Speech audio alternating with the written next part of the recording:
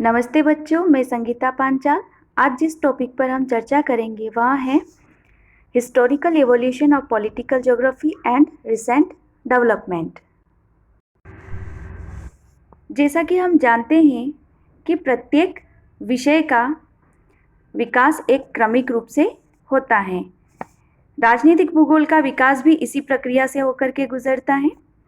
राजनीतिक भूगोल का अध्ययन 2000 वर्ष से भी प्राचीन है,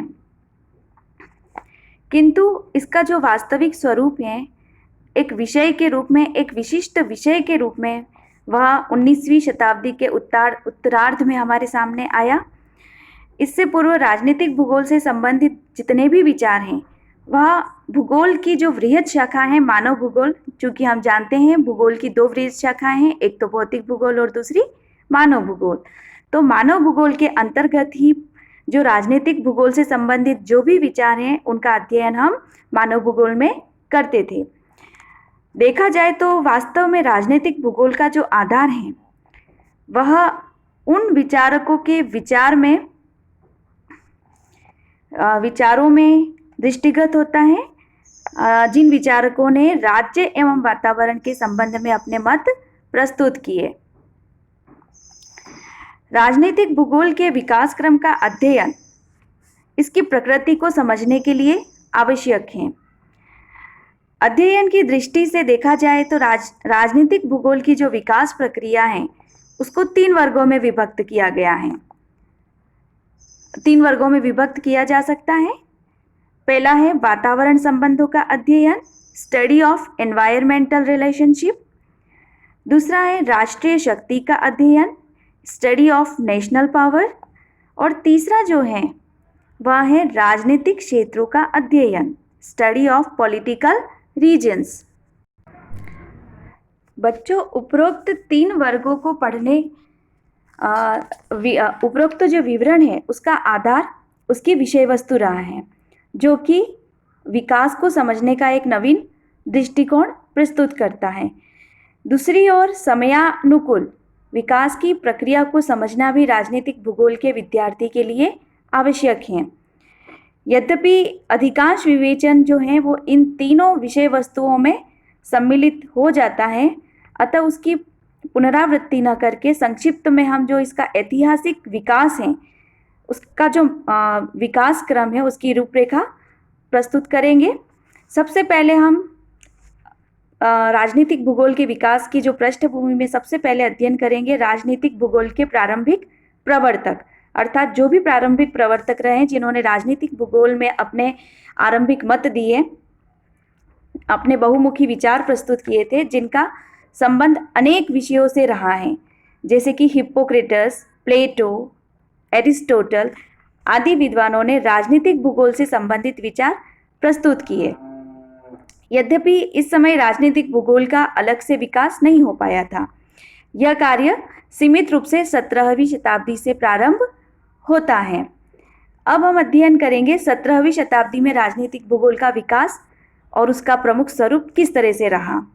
17वीं शताब्दी के मध्य में विलियम पेटी ने स्पष्ट किया कि भूगोल राजनीति को प्रभावित करने में महत्वपूर्ण भूमिका रखता है। उसके अनेक कार्य जैसे कि political arithmetic, Hiberniae Delineatio, political anatomy of Ireland, essays in political arithmetic आदि के माध्यम से जो विलियम पेटी हैं उन्होंने राजनीतिक भौगोलिक पक्ष जैसे कि राज्य का भौगोलिक प्रभाव क्षेत्र, राजधानी आदि को नियंत्रित करने वाले तत्व आदि सबका विश्लेषण किया। 18वीं शताब्दी में यदि राजनीतिक भूगोल के विकास पर प्रकाश डाले तो इस काल में इमैनुअल कांट, जो कि वर्तमान भूगोल के प्रमुख प्रवर्तक रहे हैं, उन्होंने कॉनिंगबर्ग विश्वविद्यालय में व्याख्यान दिया, जिसमें भूगोल की अनेक शाखाओं के साथ साथ राजनीतिक भूगोल का भी अध्ययन का भी उल्लेख या विस्तृत चर्चा की। उनके विचारों ने जर्मन भूगोलवेत्ताओं को इस दिशा में सोचने को प्रवृत्त किया तथा उनके जो प्रमुख शिष्य जैसे कि Friedrich, Heinrich, Humboldt, Carl Ritter, Friedrich Ratzel आदि ने राजनीतिक भूगोल के विकास में महत्वपूर्ण योगदान दिया।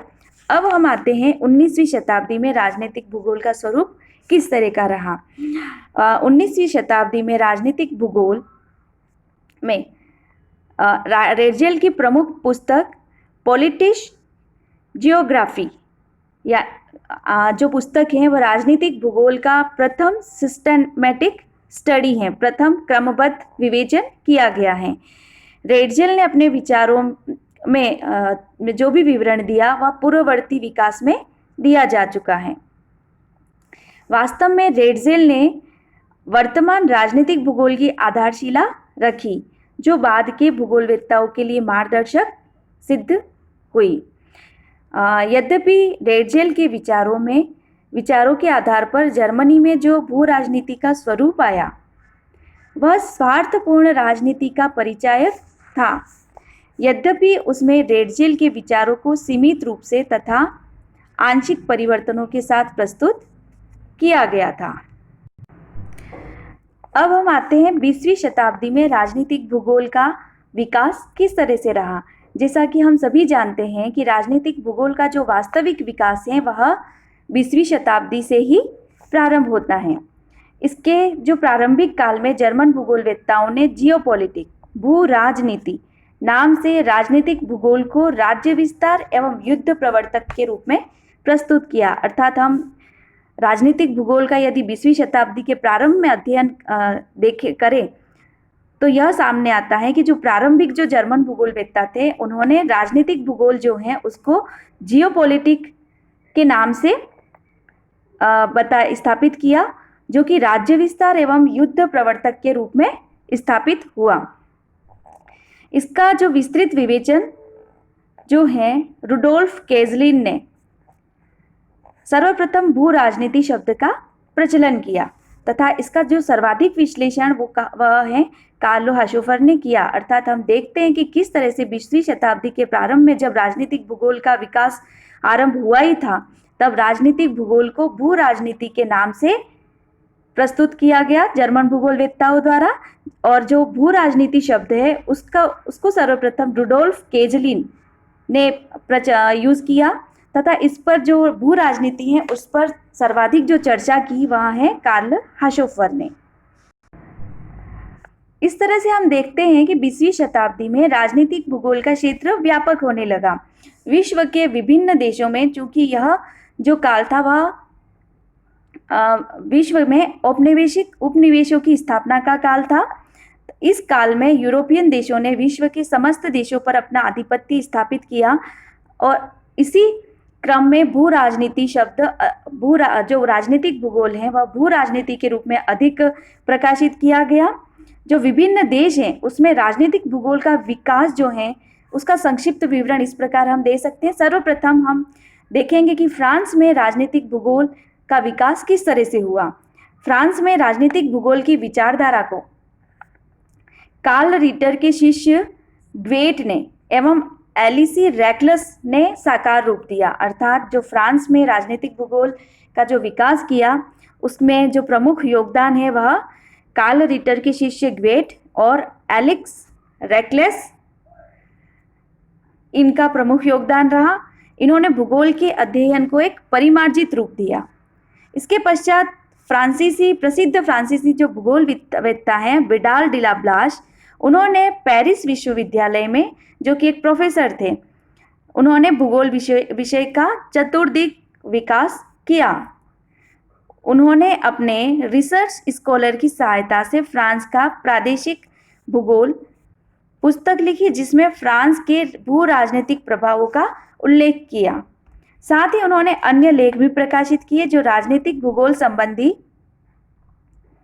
उत्थान के परिचायक थे। उन्होंने समस्त विश्व की प्रादेशिक स्थिति का अध्ययन किया तथा जियोग्राफी यूनिवर्सली नामक ग्रंथ लिखा जिसमें ब्लाश ने विश्व के जो अन्यान्य प्रयोगों के भू राजनीतिक संबंधों की भी व्याख्या की। उन्होंने एनाल्स डी ज्योग्राफी नामक एक पत्रिका का भी प्रकाशन किया जिसमें अनेक राजनीतिक तथ्यों से संबंधित लेख प्रकाशित किए। आगे बढ़ने पर ब्लास के जो शिष्य हैं जीन ब्रूंज, जो कि एक महान फ्रांसीसी भूगोलवेत्ता थे और पेरिस में ही प्राध्यापक थे, उन्होंने भी भूगोल के क्षेत्र में एक महत्वपूर्ण योगदान दिया। उन्होंने विशेष रूप से मानव भूगोल को विकसित किया, लेकिन उन्होंने अनेक महत्वपूर्ण लेख जो कि मानव भूगोल में लिखे, वह भू राजनीति से संबंधित लेख भी लिखे, जिसमें फ्रांस में राजनीतिक भूगोल के अध्ययन को प्रोत्साहन मिला। उन्होंने कानून एवं राजस्व तथा इतिहास में भी जो अपनी प्रारंभिक शिक्षा पाई थी तथा राजनीतिक भूगोल संबंधी पुस्तकों को लिखने में भी दूसरे लेखकों का सहयोग किया। ब्रूंज की जो राजनीतिक एवं भूगोल संबंधी विचारधारा से आने वाली पीढ़ियां बहुत प्रभावित हुई। इन्हीं के लगभग जो उसी टाइम एक और विद्वान हुए थे, फेब्रे, उन्होंने भी मानव एवं संभावनाओं का पारस्परिक संबंध निर्दिष्ट किया। यद्यपि जो फेब्रे थे वह संभववादी विचारधारा के प्रतिपादक थे, अतः वह राजनीतिक परिस्थितियों की उत्पत्ति एवं नियंत्रण के संबंध में भौगोलिक वस्तुओं से अधिक महत्व मनुष्य के अनुभवों को देते थे, जिसे वह स्थानीय वातावरण से प्राप्त करता है। इसी प्रकार डिमांजिया ने भी यूरोपीय देशों का वृहद अध्ययन किया। यद्यपि डिमांजिया ने भी मानव मस्तिष्क को प्रधानता दी, फिर भी जो राजनीतिक परिस्थितियों में भौगोलिक परिस्थितियों के सहयोग एवं प्रभाव को भी महत्व दिया। इस प्रकार डिमांजिया ने राजनीतिक भूगोल की दृष्टि से भी अनेक कार्य किए। अब हम देखते हैं कि सोवियत रूस में राजनीतिक भूगोल का विकास किस तरह से हुआ। सोवियत रूस में जो राजनीतिक भूगोल को विशेष महत्व प्राप्त है। पूर्वकालीन दिनों में यह एक उजाड़ विस्तृत खंड था। जो सोवियत संघ था वो पूर्व में क्या था, एक विस्तृत उजाड़ खंड था। लेकिन मध्यकालीन दिनों में जब वहाँ जनसंख्या के केंद्र विकसित होने लगे तो कुछ समय तक वह जर्मनी अथवा पोलैंड से प्रभावित रहा। 1918 में जैसा कि हम जानते हैं रूस की सफल क्रांति हुई। इसके बाद इसका जो स्वरूप है राजनीतिक भूगोल का, वह रूस की जो क्रांति 1918 की क्रांति है उसके बाद से अपना विकास ग्रहण करने लगा। यह क्षेत्र भी जो है वह भू राजनीतिज्ञों द्वारा प्रभावित रहा। कार्ल मार्क्स जो हैं उन्होंने अपनी नीतियों से जनता को बहुत अधिक प्रभावित किया। लेनिन भी रशियन ही थे, जो रशियन विद्वान थे, उन्होंने विश्वविख्यात राजनीतिज्ञ के रूप में अपनी प्रसिद्धि पाई। लेनिन ने रूस की जो भू राजनीति है उसका विस्तृत गहन अध्ययन किया और उसी के अनुरूप अनेक सिद्धांतों को प्रतिपादित किया। इस प्रकार भू राजनीतिक दृष्टि से रूस काफी विकसित कहा जा सकता है। जबकि उसके इस ज्ञान के विकास का उदय केंद्र कौन सा था, जर्मनी ही था। अर्थात रूस ने भी जो भू राजनीतिक विचारों की जो अपनी प्रेरणा है वह जर्मनी से ही ली थी। 1889 में आधुनिक भूगोलवेत्ता मेटकनिकॉफ ने राजनीतिक भूगोल से संबंधित अनेक लेखों को लिखा। इसी प्रकार एन मिखाइलोव जो हुए, उन्होंने सोवियत ज्योग्राफी प्रकाशित किया, जिसमें रूस के राजनीतिक प्रभावों के संदर्भ में भूगोल की व्याख्या की गई है। इस तरह से हम देखते हैं कि फ्रांस और रूस में किस तरह से राजनीतिक भूगोल का विकास हुआ। अब आगे बढ़ते हैं कि ग्रेट ब्रिटेन अर्थात यूके में किस तरह से राजनीतिक भूगोल ने वर्तमान रूप ग्रहण किया। ग्रेट ब्रिटेन में राजनीतिक भूगोल का जो विकास है वो जर्मनी अथवा जो फ्रांस है उसकी तुलना में मंद गति से रहा, क्योंकि इस विषय का प्रभाव ग्रेट ब्रिटेन की शासन व्यवस्था पर अच्छा नहीं पड़ा। साथ ही विकास की कोई क्रमिक श्रृंखला भी ब्रिटेन में नहीं दृष्टिगोचर होती।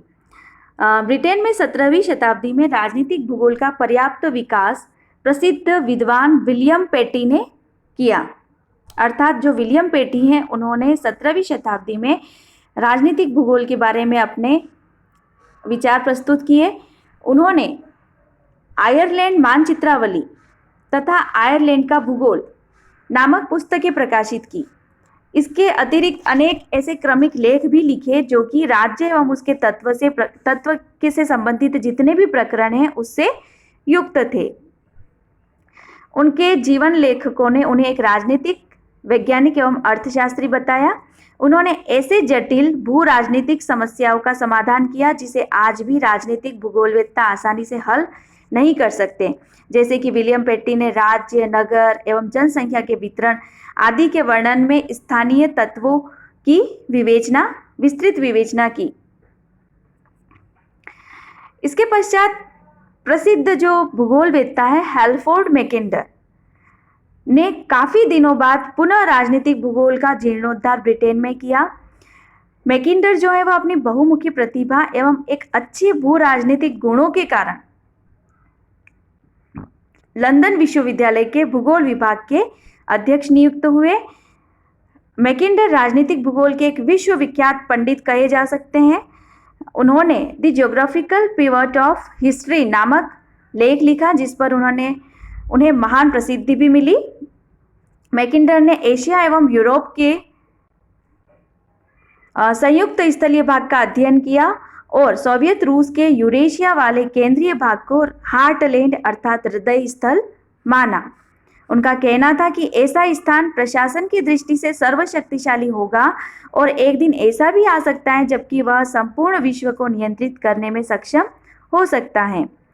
20 वर्षों बाद मैकिन्डर ने देखा कि सचमुच जो उनकी कल्पना थी वह साकार होती दिखाई दे रही है, क्योंकि सोवियत संघ जो है वह लगातार शक्तिशाली होता जा रहा था। इस प्रकार मैकिन्डर महोदय ने एक विश्वविख्यात भू राजनीतिक थे जिन्होंने राजनीतिक क्षेत्र में भूगोल के अध्ययन को अनिवार्य बताया। वह अपनी जो भू राजनीतिक प्रतिभा है उसके कारण ही संसद के सदस्य भी चुने गए। मैकिन्डर के अतिरिक्त जो ब्रिटेन में अन्य भूगोलवेत्ता हुए हैं राजनीतिक भूगोल से संबंधित, उनमें जेम्स जो फेयरग्रीव हैं वह भी प्रमुख भूगोलवेत्ता हैं जिन्होंने राजनीतिक भूगोल के विषय को भारी प्रोत्साहन दिया। ग्रेट ब्रिटेन के दूसरे भूगोलवेत्ता H.J. हर्बर्टसन जो कि ऑक्सफोर्ड यूनिवर्सिटी में भूगोल के प्रवक्ता के रूप में कार्य कर रहे थे, उन्होंने भी राजनीतिक भूगोल में अपना अमूल्य योगदान दिया। हर्बर्टसन ने बताया कि प्राकृतिक प्रदेशों में विभिन्न अवयवों की समानता के संबंध में उन्होंने एक विस्तृत अध्ययन किया और बताया कि ऐसे प्रदेशों में प्राकृतिक समानता के साथ ही मानवीय संबंध एवं विचार भावनाओं में भी समानता होती हैं। अर्थात हम दूसरे शब्दों में कहें तो जो राजनीतिक चेतना में भी समानता दिखाई पड़ती है। जैसे कि हर्बर्टसन ने उदाहरण दिया जो राजनीतिक समानता किस तरह से दिखाई देती है, उसके लिए उन्होंने बताया कि जो मानसूनी प्रदेश की जलवायु है वह मानव जीवन के दृष्टिकोण से उत्तम होने के कारण यहाँ जनसंख्या का घनत्व अधिक होता है। साथ ही ऐसे प्रदेश में कृषि कार्य की प्रधानता के कारण समस्त लोगों के राजनीतिक विचार भी आपस में एक दूसरे से प्रायः मिलते हैं, जो दूसरे प्राकृतिक प्रदेशों की तुलना में भिन्न होते हैं। हर्बर्टसन ने यह भी बताया कि किसी भी प्राकृतिक प्रदेश के अंदर भी हमें अंतर दिखाई पड़ता है, अतः वह कोई आवश्यक नहीं कि प्रादेशिक सीमाओं के अनुरूप ही राजनीतिक सीमाएं भी बने।